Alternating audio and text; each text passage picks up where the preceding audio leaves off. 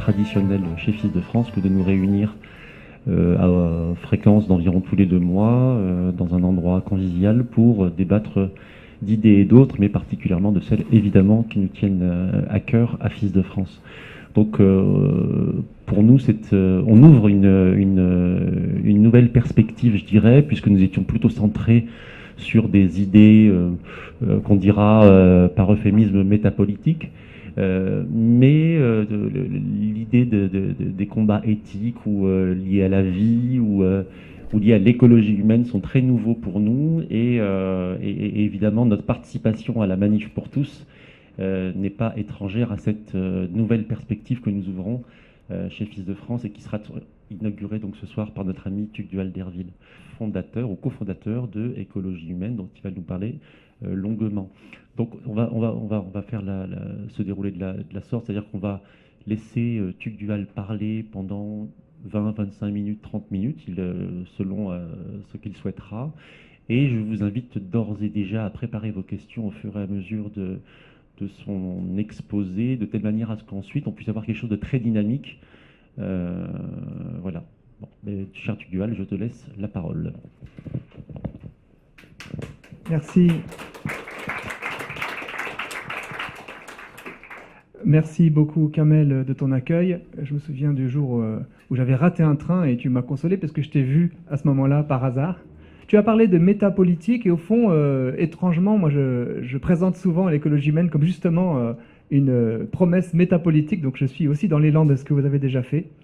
Et tu m'as demandé, Kamel, de partir du mouvement social, de parler bien sûr du respect de la vie, ou en tout cas de la dignité, pour aboutir à l'écologie humaine, et puis de le faire peut-être pour finir un peu en profondeur. Voilà, j'ai essayé de tenir dans cette demande. Voilà, je suis délégué général d'Alliance Vita, et puis j'ai aussi fondé, quand j'avais 24 ans, à Bras Ouverts, qui accueille des enfants handicapés. Et je dois dire qu'en tout cas, ce qui m'a fait rentrer dans l'émerveillement face à l'humanité, c'est un petit garçon très lourdement dépendant, handicapé, qui avait une infirmité motrice d'origine cérébrale. Et j'ai été, c'est pas tout à fait, je pense, anodin par rapport au thème du jour, hein, mais j'ai été émerveillé par la dignité intacte d'un petit garçon qui ne pouvait que dire oui ou non avec les yeux. J'ai été comme émerveillé. Pourtant, j'ignore pas, et j'ai pas ignoré ensuite toutes les douleurs, les souffrances qui sont liées au handicap, mais c'est comme ça en tout cas. Et je pense que j'ai découvert, d'une certaine manière, la dignité humaine chez les personnes les plus dépendantes, les plus vulnérables, et que c'est comme le fil conducteur de mes engagements successifs.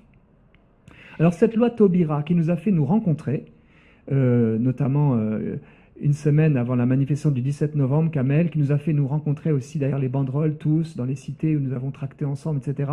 Je pense qu'elle a joué le rôle de la douleur, le rôle utile de la douleur, lorsque la douleur annonce une maladie qui nous permet de la prendre en compte et de lutter contre cette maladie. Et je pense que nous sommes confrontés à une sorte de bras de fer anthropologique.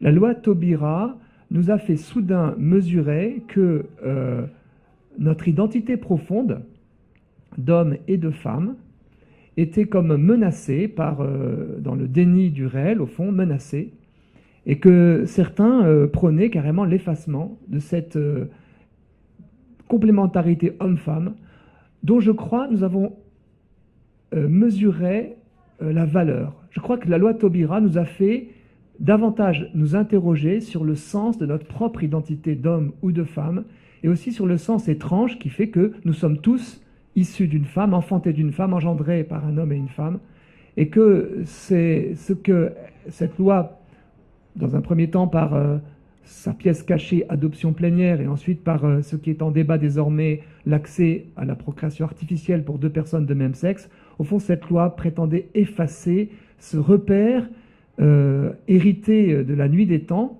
et qui nous façonne chacun. Il me semble que c'est quelque chose de très intime qui explique au fond notre convergence, j'appellerais ça une convergence anthropologique. Et cela nous a comme réveillés.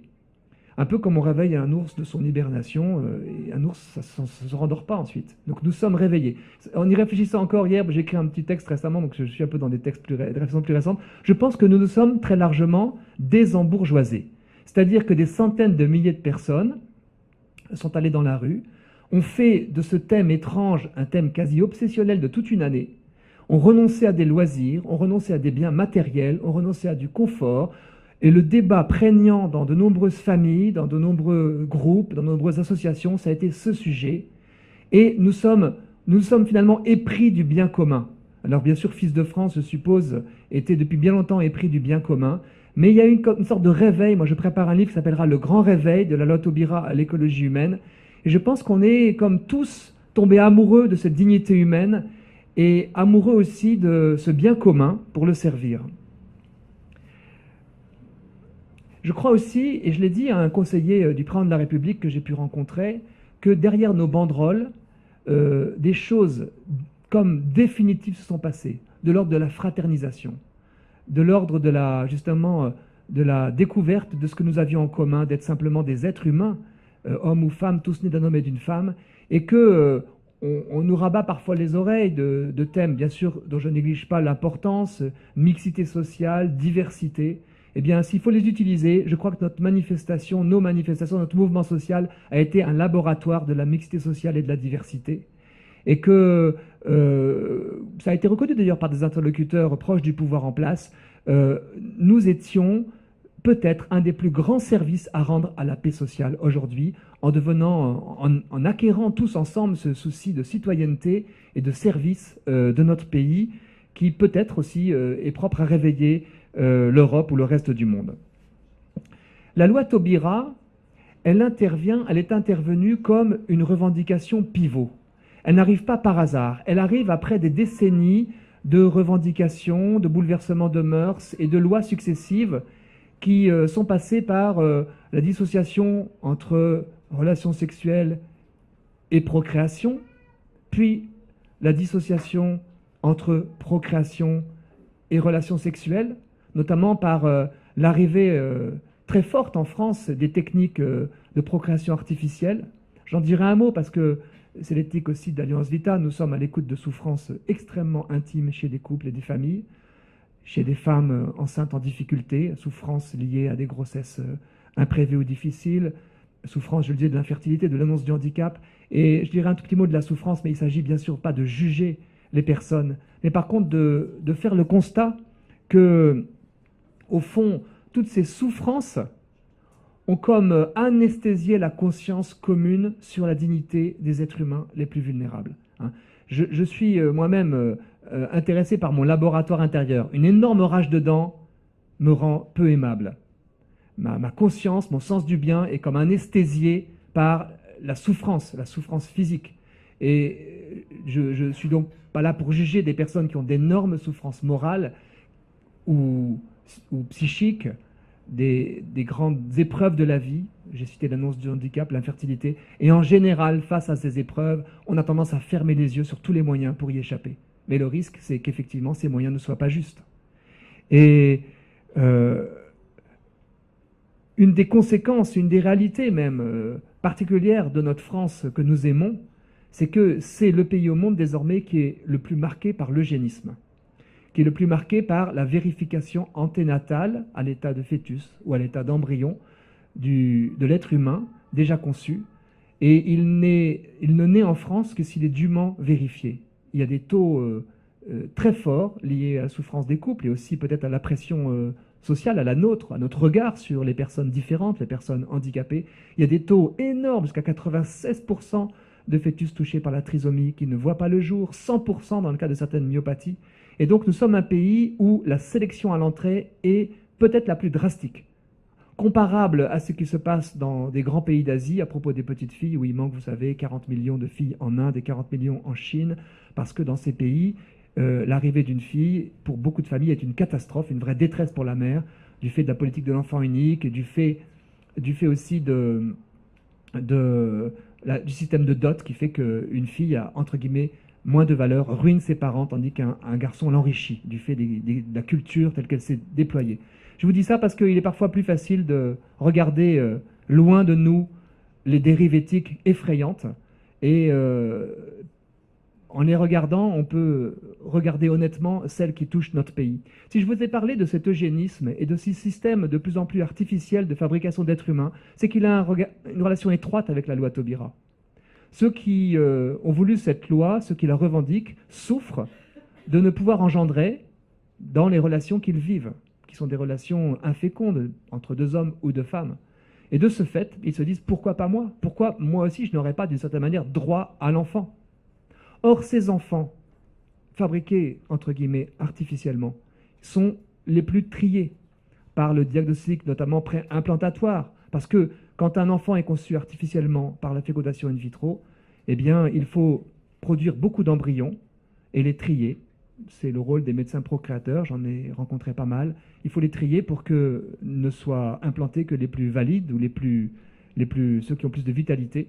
Et donc, les techniques destinées à venir en aide aux couples souffrant d'infertilité, sans soigner leur infertilité, sont des techniques qui surproduisent les embryons. Il faut, pour que naissent en France à peu près 14 000 enfants par an de fécondation in vitro, il faut concevoir, grosso modo, 280 000 embryons. Et cette surproduction embryonnaire, qui se traduit donc par un tri au microscope des embryons notés A, B, C, D, et on élimine les moins valides d'apparence, eh bien cette surposition embryonnaire, elle dit quelque chose des perspectives qui risquent d'advenir à partir du moment où on promet à des personnes de leur donner les enfants qu'ils désirent. Et là, c'est une question qui nous touche dans tous les domaines de notre vie. Nous avons tous des désirs extrêmement importants. Nous sommes des hommes et des femmes de désir dans beaucoup de domaines. Et nous avons bien conscience que la régulation de nos désirs, la maîtrise de nous-mêmes par rapport à un certain nombre de nos désirs, et je ne parle pas que du désir sexuel, je parle de tous les désirs qu'on peut avoir, de posséder des biens, d'acquérir de la notoriété, du pouvoir, d'exister, d'être reconnu, des désirs magnifiques, mais la régulation de ces désirs est la condition de la paix sociale, et la condition pour que la loi du plus fort n'écrase pas le plus faible. Mais à partir du moment où ces grands désirs d'engendrer ne sont pas régulés par une éthique ajustée à la protection du plus faible, du plus vulnérable, de l'enfant déjà conçu et qui n'a pas de voix, qui n'a pas de carte d'électeur, qui n'a pas de visage, eh bien si le désir des adultes l'emporte sur l'intérêt et le droit des enfants, alors c'est un véritable basculement. Et la loi Taubira, je vous le disais, est une revendication pivot parce que à partir du moment où on promet à des personnes de même sexe qu'elles pourront fonder une famille et avoir des enfants, eh bien il faut bien leur donner ces enfants. Sinon c'est un jeu de dupes. Il faudra les donner par l'adoption, et on parle déjà de quotas d'enfants qui seraient réservés à l'adoption par deux hommes ou deux femmes. Et puis il faudra aussi les concevoir artificiellement, et encore aujourd'hui je dialoguais avec Mathieu Nossan sur Twitter, un des porte-parole de la LGBT, et dans le dialogue je voyais bien que voilà, pour lui, il y a tant de couples déjà, tant d'enfants qui sont choyés par deux mamans, disait-il. Et je dis non, ils ne sont pas choyés par deux mamans, ils sont choyés par deux femmes, il y en a une qui est peut-être la maman de l'enfant.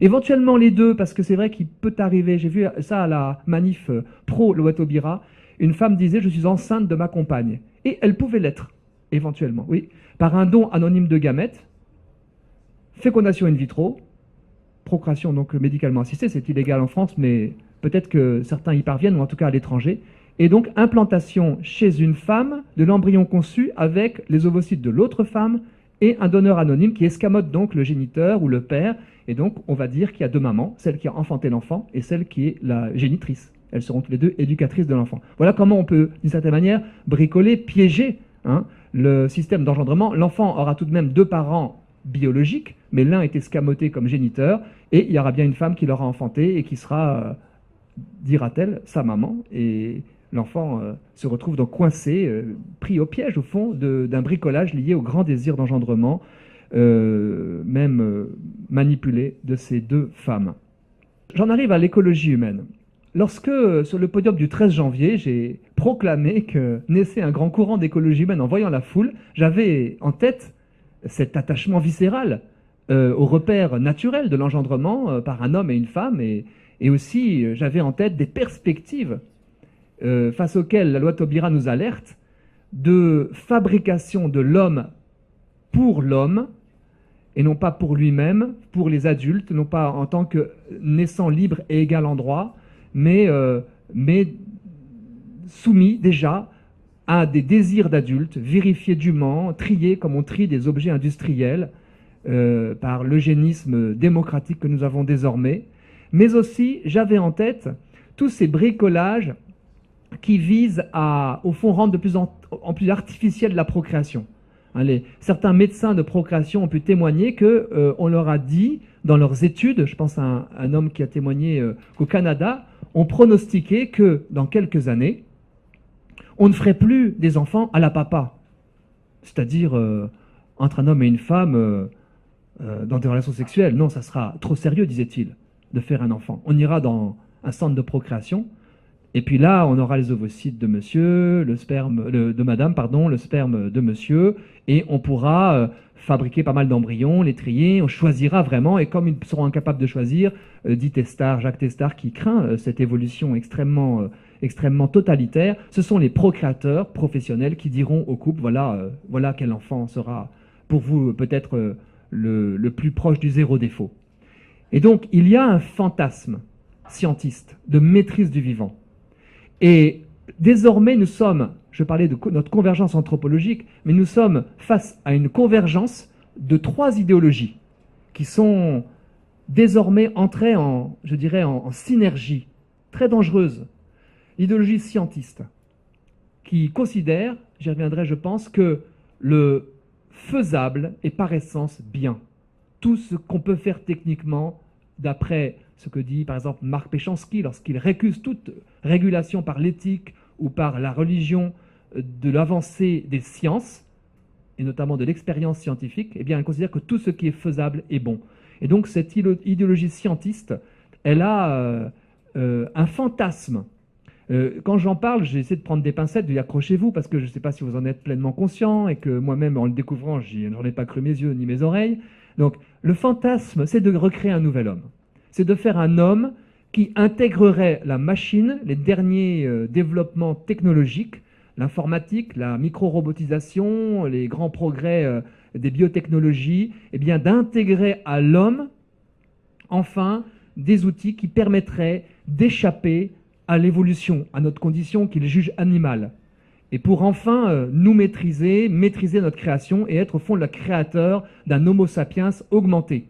Les mots-clés de cette idéologie, c'est transhumanisme, c'est post-humain, c'est homme augmenté, ou encore le cyborg, l'organisme cybernétique. À partir du moment où je vous l'ai dit, soit vous le saviez déjà, et vous en savez plus que moi certainement sur le sujet pour ceux qui sont parmi vous scientifiques, soit vous l'ignoriez, et à partir de demain, vous allez voir tous les jours dans les journaux des avancées de ce lobby qui a des visées extrêmement précises sur l'homme.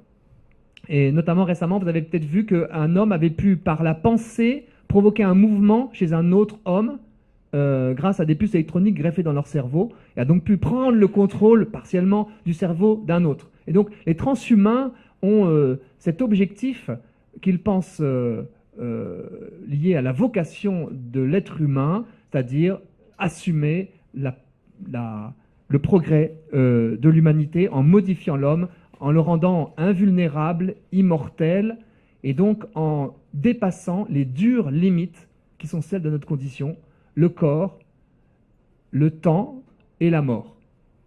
Le corps sexué, le temps compté, la mort inéluctable. Dures limites qui sont, moi je pense, un peu comme le cadre d'un tableau qu'un artiste dans lequel il doit s'inscrire, parce qu'on s'inscrit, nos vies s'inscrivent comme une œuvre d'art dans un cadre, notre corps, qu'on accueille tel qu'il est, et puis le temps, l'âge qu'on a, qui est le meilleur qu'on ait jamais eu, même si on a du mal parfois à l'accepter, et puis cette mort inéluctable dont même le fondateur d'Apple disait qu'elle était source sans doute de créativité pour les générations qui suivent. Hein.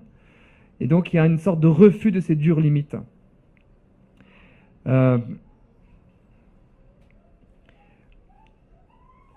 Au fond, tu as parlé de métapolitique, et je crois que ce qui ressort de l'expression écologie humaine, à mes yeux, c'est que nous sommes face au défi politique, au sens large, au sens noble du terme, le plus important, ou en tout cas le défi politique contemporain.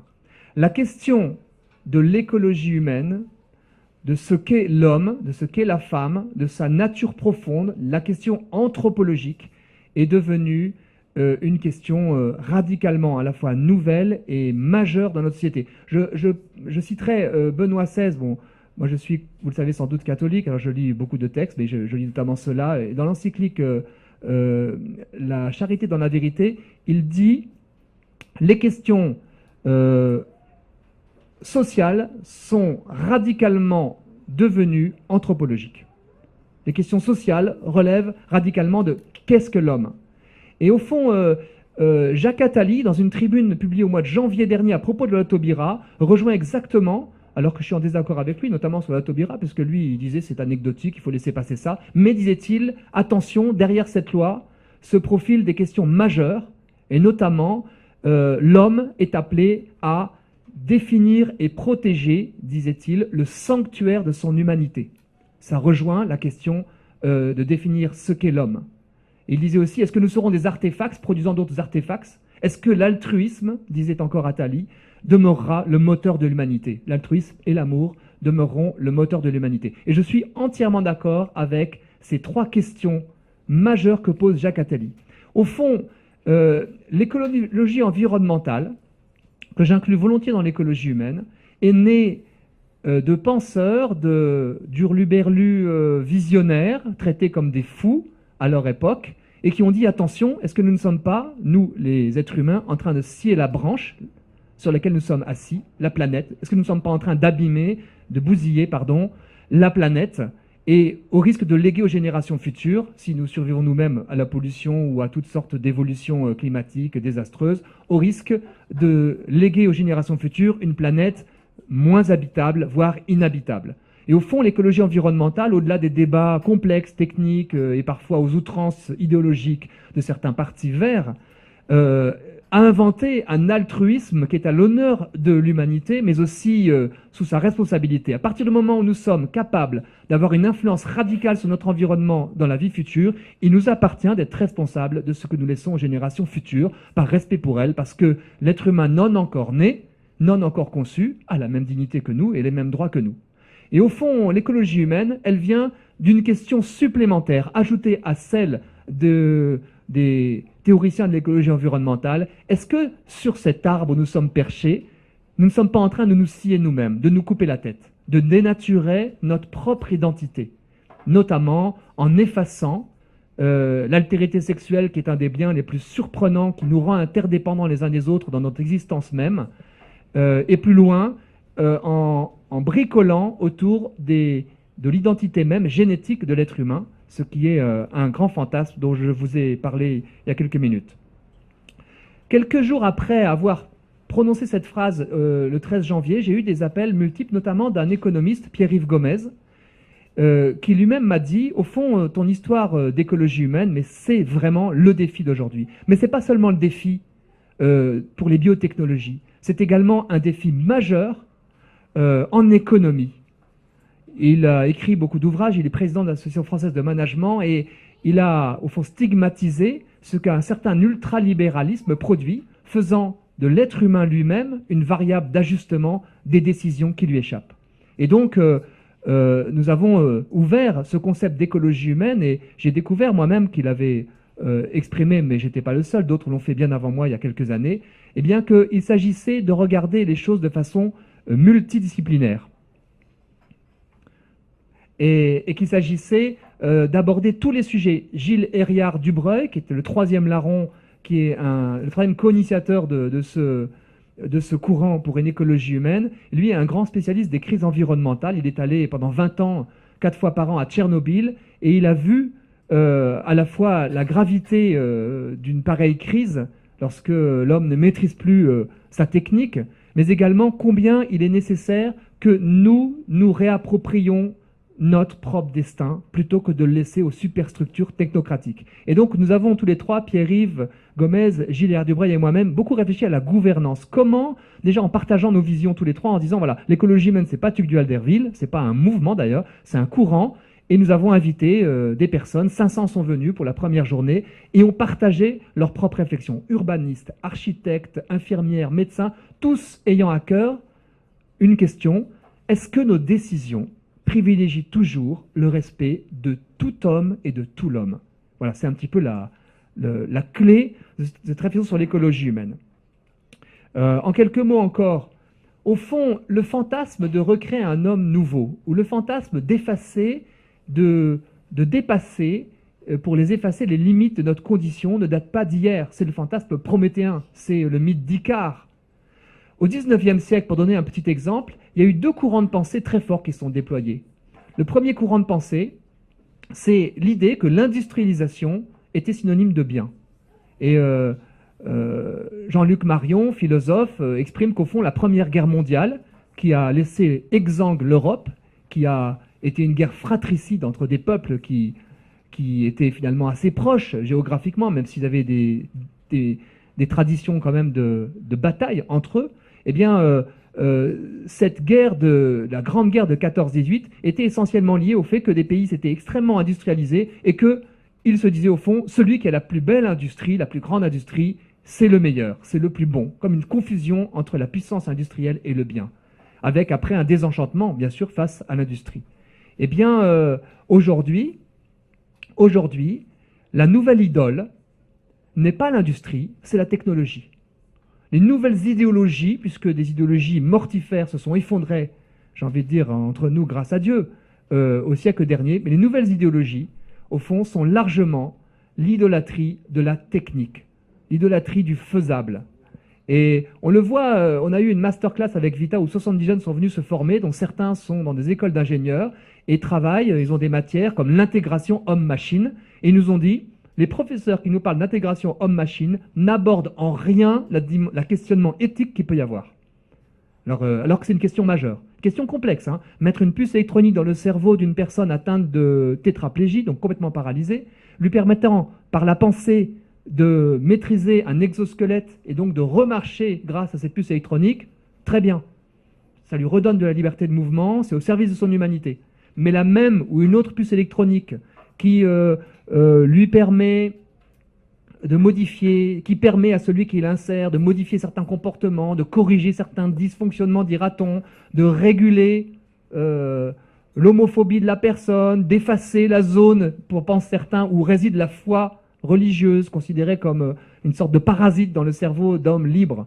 Eh bien, évidemment, on comprend bien que derrière, la question majeure dans l'usage de ces nouvelles technologies et dans l'usage qu'on fait déjà, nous, de nos technologies, parce que entre ce petit truc rouge là, pour pas le perdre, je ferai pas de publicité, qui vibre tout le temps, et si je me l'insère dans le cerveau, si avec les Google Glass, mais bientôt inséré dans le cerveau, je peux surfer sur Internet pendant que je vous parle, si je peux vous filmer toutes mes rencontres, etc., on se rend bien compte qu'il y a des potentialités extraordinaires, mais aussi d'énormes risques pour l'intimité, d'énormes risques pour la liberté. Et déjà, en surfant sur Internet, sur un moteur de recherche, vous êtes asservi au moteur de recherche qui vous envoie des informations sur lesquelles vous allez surfer sans vous rendre compte qu'il vous manipule éventuellement. Je sens, Kamel, que j'ai presque dépassé mon temps de parole. Ça va ? D'accord. Deux petites choses que je voudrais partager avec vous à propos de ce fantasme dont vous découvrirez dans les articles prochains que vous verrez, pour ceux qui ne sont pas forcément au fait, à quel point il est absolument prégnant en ce moment dans les nouvelles découvertes. Hein. Il y a au fond deux conceptions antagonistes qui aujourd'hui sont devenues connivantes, celle de l'homme animal et celle de l'homme machine.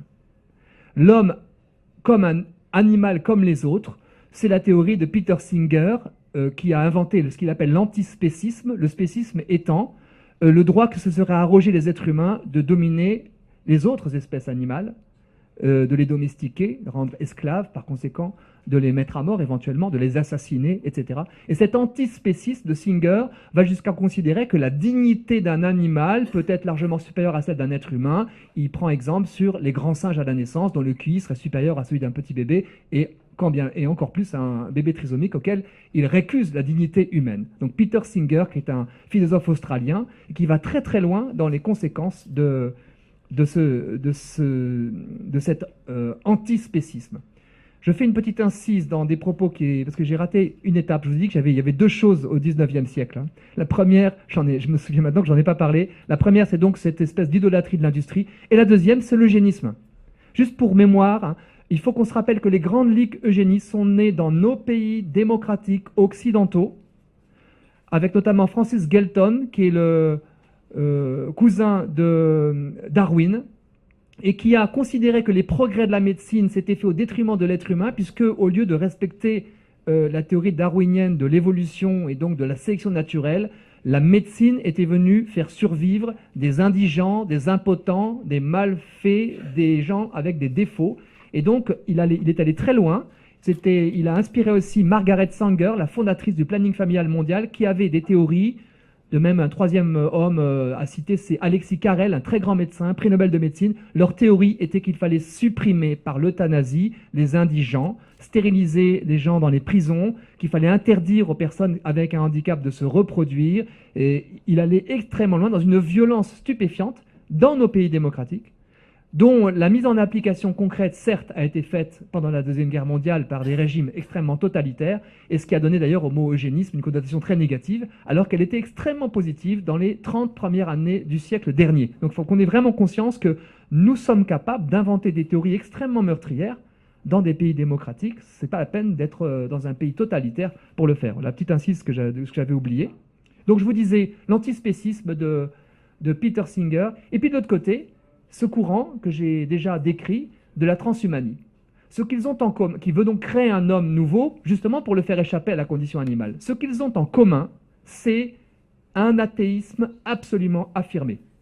C'est une raison, je paraphrase encore Benoît XVI, fermée sur toute la dimension spirituelle de l'être humain. Alors même que l'être humain, lorsqu'on voit, les anthropologues décrivent l'apparition de l'homme, ils voient que c'est celui qui a enterré les cadavres de ses congénères, celui qui a respecté le corps de ses morts, parce que nous sommes, en tant qu'êtres humains, animés d'un désir d'absolu, de nous dépasser, d'une dimension, au fond, que nous soyons croyants ou pas, spirituelle, qui est une des marques extrêmement fortes de l'être humain. Ce n'est pas la raison seulement, c'est cet appétit d'absolu, cette soif de bien, cette loi morale aussi, inscrite dans nos cœurs.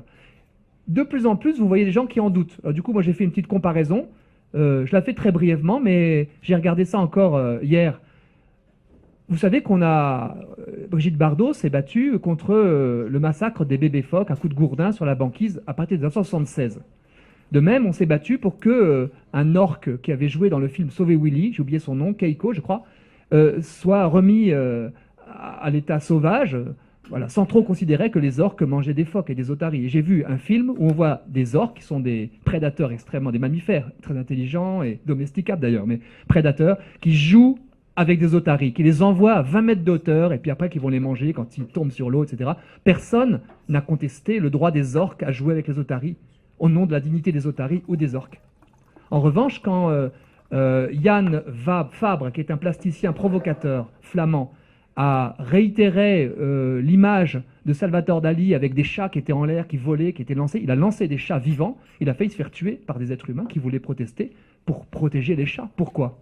Parce que c'est la dignité humaine qui nous inspire de ne pas exercer de cruauté inutile vis-à-vis des animaux et de ne pas traiter les animaux de manière cruelle. La dignité humaine, pas la dignité du chat, ça se saurait. Et par ailleurs, et de même, je parle encore de dignité parce que c'est une des clés majeures qui différencie l'homme de l'animal. Lorsque un lancer de nains, de personnes de petite taille, a été interdit par le Conseil d'État, alors que ces personnes de petite taille étaient rémunérées, consentantes, protégées, c'est bien au nom de la dignité humaine, dont ils n'étaient même pas eux-mêmes maîtres de dire « mais je ne perds pas ma dignité quand je suis lancé dans la foule, quand je deviens une attraction », si, a dit le Conseil d'État, protégeant la dignité ontologique de l'être humain malgré lui. Donc une clé très importante à connaître pour défendre tout homme, c'est que nous ne sommes pas des animaux. Pour finir... nous trouvons donc dans un affrontement culturel. D'un côté, culture de toute puissance. Je dois dire aussi, sans vouloir juger les personnes, au fond quand même, culture de l'égoïsme, individualiste, qui est comme zéro limite par rapport au désir des adultes. Culture au fond totalitaire, parce qu'elle blesse les plus faibles et les plus fragiles, ceux qui sont sans voix. Culture... qui refuse toute idée de transcendance, considère que l'homme n'est qu'un agglomérat de cellules, sophistiquées certes, donc qui peut être résolu par des équations biochimiques, physiques, etc., et qu'on peut donc le fabriquer et le faire évoluer. Au fond, qui refuse non seulement la dignité humaine, mais je dirais la sacralité de l'être humain. Le fait qu'il se reçoit, qu'il ne s'appartient pas. Et d'une certaine manière, la dignité est comme une valeur dégradée de la sacralité. Et la valeur totalement dégradée, ce serait l'autonomie absolue. Hein. Je me suis fait tout seul, je ne dois rien à personne. Comme c'est faux. Hein, on dit souvent que on ne vit pas d'amour et d'eau fraîche. J'ai envie de dire si, nous vivons d'amour et d'eau fraîche. Et déjà, pour avoir de l'eau fraîche, c'est pas évident. On vous en sert avec quelques petits ingrédients complémentaires. Mais même pour de l'eau fraîche, il faut des gens professionnels aujourd'hui. C'est pas simple d'avoir de l'eau fraîche. Et de l'amour. Sans amour, le petit être humain meurt. On a besoin déjà d'amour et d'eau fraîche. C'est déjà pas mal. Mais il faut aussi d'autres choses, bien sûr. Hein. Et donc, cette culture de la toute-puissance, elle s'oppose à la culture de la vulnérabilité. Celle qui nous fait nous émerveiller devant ceux qui sont plus fragiles, plus simples peut-être plus éclairés parfois de l'intérieur. Celle qui nous fait accueillir notre propre vulnérabilité, nos propres limites, nos propres indigences. J'ai envie de dire même nos propres fautes comme étant une réalité, parce que aucun être humain n'est parfait. Cette culture de l'altruisme, c'est celle qui nous accueille comme interdépendants, donc dépendants les uns des autres, et aussi responsables les uns des autres, on peut dire frères les uns des autres. Et pour finir, vous poserez peut-être des questions plus précises sur le courant pour une écologie humaine. Pour finir, moi j'aimais beaucoup André Frossard quand il disait dans Un cavalier seul, c'était un petit article qui faisait de 3-4 lignes, mais j'étais jeune à l'époque, en première page d'un quotidien. Il disait « Les générations précédentes avaient besoin de beaucoup de courage pour choisir le bien contre le mal ». Il faisait référence notamment aux périodes sombres du siècle dernier. « Les suivantes, disait-il, auront besoin, pour choisir le bien ou la justice contre le mal ou l'injustice, de beaucoup de discernement ». Et je crois qu'effectivement, notre amour du bien commun nécessite qu'on creuse en profondeur des sujets. Dans la théorie, dans l'idéologie du genre, il y a des choses, la dénonciation de stéréotypes machistes qui doivent être dénoncés, certainement. Et chacun, moi en tant qu'homme, j'en prends pour mon grade très volontiers. Mais il y a aussi la confusion des genres, et qui n'est pas sans conséquences gravissimes. Hein, comme vous avez peut-être vu ce monsieur de citoyenneté allemande, cette femme transgenre qui a accouché la semaine dernière en tant qu'homme à l'état civil d'un petit enfant. Donc, je dis ça, mais on est enfant, mais voilà, quelqu'un qui a pris des hormones pour avoir des poils, une barbe, plus de seins et un utérus fonctionnel qui accouche d'un enfant qui dit « Je suis le père de l'enfant et pourtant j'ai accouché de l'enfant ». Voilà, cette confusion des genres, elle est déjà concrète, utilisant la souffrance réelle des personnes qui ont des problèmes liés à la au transgenre, mais avec des conséquences extrêmement concrètes qui fait qu'on tente de faire croire aux petits-enfants désormais, parce que son enfant d'ailleurs il n'a pas voulu dire que c'était un garçon ou une fille, il dit il choisira plus tard, donc que naître libre et égal en droit, selon eux, c'est naître sans qu'il nous soit assigné de genre à la naissance. Hein, c'est le propos d'Éric Fassin. Et donc on a des conséquences extrêmement grandes lorsque l'homme perd la notion de sa dépendance finalement. Et je pense que, comme l'a dit Jean-Paul II, que vous me permettrez aussi peut-être de citer, l'éclipse du sens de l'homme et l'éclipse du sens de Dieu sont corrélés. Ça, c'est vrai. L'effacement de toute référence transcendante, elle nous conduit à nous conduire ensemble comme les animaux parfois se conduisent ensemble. Et je le vois dans mon poulailler avec mon coq et mes poules. Et c'est pas joyeux, il n'y a pas à en prendre exemple, bien que bien souvent, j'ai découvert que certaines radicales féministes, certains théoriciens du genre prennent exemple sur les animaux qui changent de sexe, comme les poissons, etc., pour dire, ben oui, ça existe dans la nature, donc ça devrait exister dans le genre humain. Ah ben, c'est pas si simple, et c'est pas ça qui garantit la protection du plus faible. Voilà pour mon propos liminaire. Merci de votre attention.